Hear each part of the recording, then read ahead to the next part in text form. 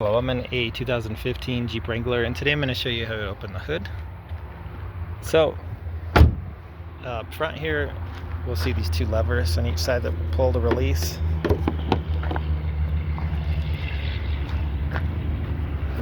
Once you've pulled those off, you can fit your fingers in here, and there'll be a little lever right here. It can come from underneath. But we're basically pushing the lever and then lifting the hood. I have to use two hands for this.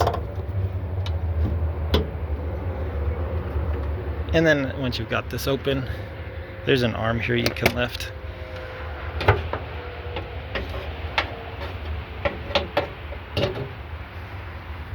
That typically you put this arm into this hole.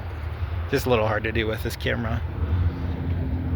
But you can see this is that lever I was pushing to pull it up. If you're having issues with this, double check that it's moving properly, there's nothing broken. Maybe spray some WD-40 to loosen it if needed. And also double check that your hood's in proper alignment, because if that's crooked, that could cause you issues too. But I hope this is helpful. Hope you have a wonderful day.